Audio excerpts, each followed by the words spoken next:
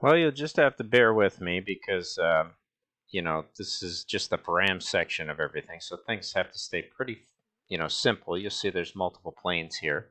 And we're going to go a little bit into finishing up the param primitive file, uh, getting through the domain and domain 2. And I just want to distinguish between the two before we try an interesting script with GUIDs, matrices, and time. So, like I said, just bear with this one. We're going to go ahead and take a look at what a domain is. And domains are pretty essential. And you can always go into the maths and see this domain section, get through everything in here. We'll do that when we get over to that node after the params. But I wanted to show basically why you would use a domain. Domain's pretty simple. It's just kind of what you would funnel into a range as being, let's say, from 0 to 100, domain start, domain end. In doing so, you can deconstruct it, and then you end up with those points. So you end up with start points 0, 0, going into x and y, and you have the endpoints going into 100, 100. So building a line, that's it. Just make a nice little domain line. Nothing too fancy, and take a distance of it so you have the actual size. And in doing so, that's pretty good understanding what a domain does. A tool that I wanted to throw in there was the Remap Plus, which I think comes off of Parametric House. That's a plugin that you can get. I don't think it's on Food for Rhino, but you can definitely get it off of off of line. And it's a plugin that I'm not going to get into the details of the cluster. And this is your first example of a cluster, opening it up and seeing what they've put together. We're not going to look at that one, but what it comes out of that is this scaled line. Basically from whatever I choose to scale it at, or wherever I choose to scale it from or extend it, a minimum and maximum of that original Y.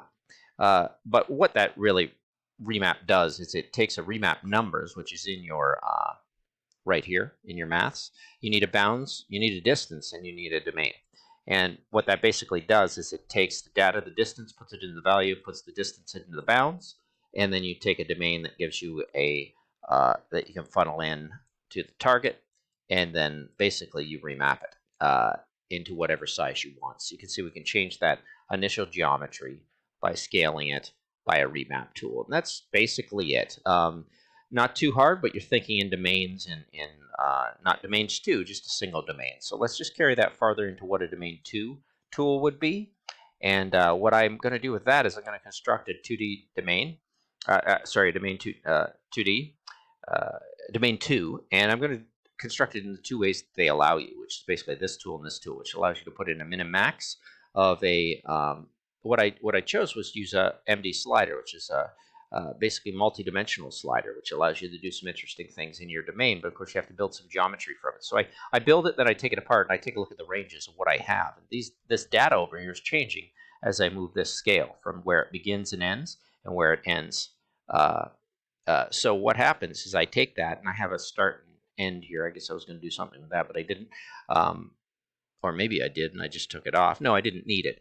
Basically, with this one, you have to build a domain so you can funnel it into the size range of the plane. So here we go. We've constructed a plane that originally, if you take a look, I made a rectangle with a surface on it that's 100 by 100. Well, what I wanted to do was have a way of making a plane in connection with that, but being able to have its start-end features on a U count and on a V count. So that's basically how we can do it. And interesting to think how that has control. And I think if I bring that one so far down, I can actually turn it inside out, turn it back on itself. So you're thinking of a 2D domain or construct domain 2 being a little more than the line. So you're dealing with surfaces instead of lines. The other thing I did was I just built one this way, and I thought that would be interesting because you can go right from the UV components and have control over the change in the U in the V domain down here, whereas you have the change in the U domain over here. So you still have control over building surfaces, and these are planar; they're not that exciting, but it's something to get your head around.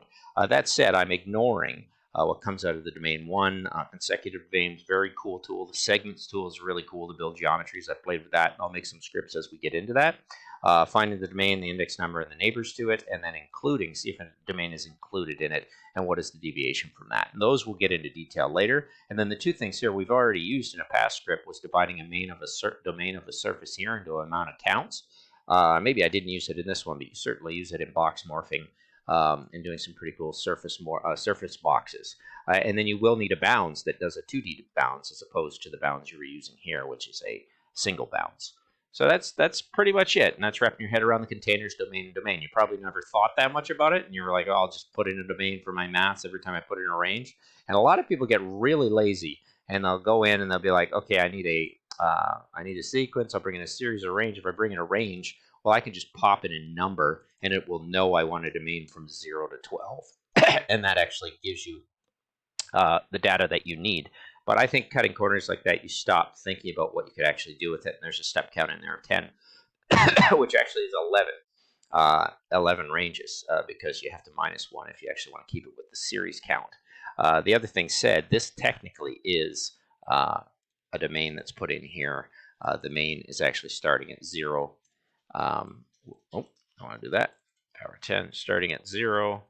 And you're taking that up to the 12 count. So that 12 count's coming down here. So the same thing is happening with this range as opposed to this range.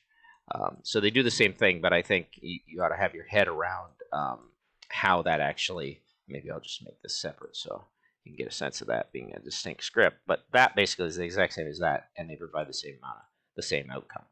So I'm not sure if we put them both in, they should double up. There we go. And they just go double on the data, which doesn't graft it, it just puts one against the other. But we don't need to get into that stuff. We'll get into that later. Anyhow, I hope you enjoyed it. It's a very simple script, 6 minutes.